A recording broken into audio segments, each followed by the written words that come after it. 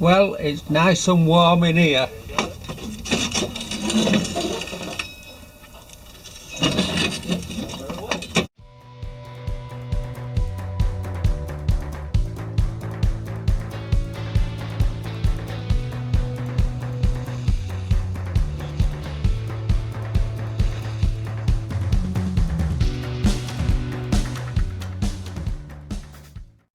Well, hello YouTube, and we're in the garage again. It's absolutely slinging it down with rain, and the temperature's about 3.5 degrees. It's going to turn to snow later on. Anyway, one of my subscribers, Omkar Vedpathak, asked me to have a walk round of the bike and show him the modifications. So yeah, of course I'll do that. First of all, I put on another pair of mirrors. They're adventure type mirrors. The swivel in all directions. I've just recently done a video about them, and I think they're a vast improvement over the standard mirrors. On the handlebars where I fix my GoPro, so if I want any head shots of myself or sideways shots, I use the ram mount. Very handy thing.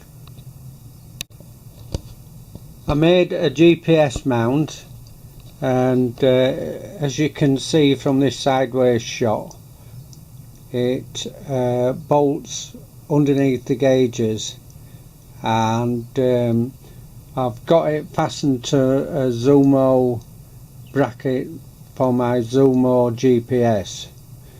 Very handy piece of kit. It's wired directly from the battery using the Zumo wiring and the resistor, and it's got a nice handy little rubber grommet to go on it, keep it weatherproof, and the GPS just mounts straight on.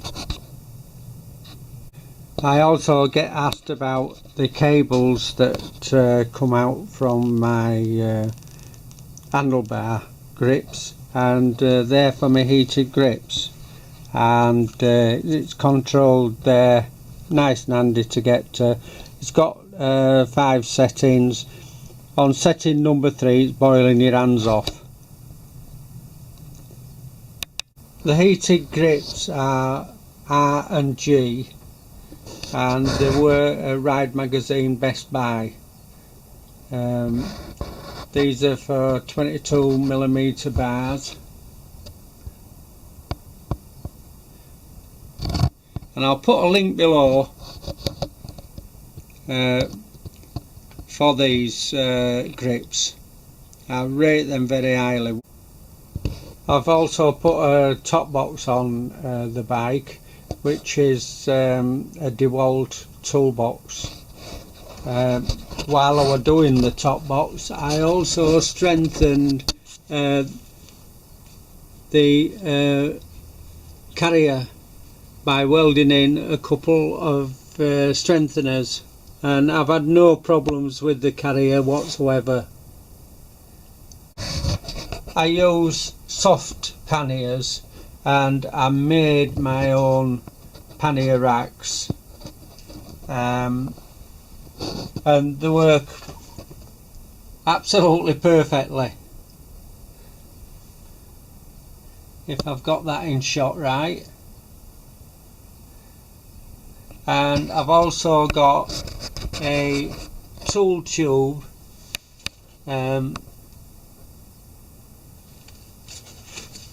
bolted onto my pannier rack, out of the way, and I get long tyre levers in there. As you can see, the long of these tool tubes, and I mounted it on with some pipe brackets. They're galvanised, so they're not going to go rusty, and I use stainless steel nuts and bolts. I also put on a adapter from my battery, and I keep a optimizer plugged in, bar risers. They were also on the bike, and I've kept them on. For me personally, I'm tall.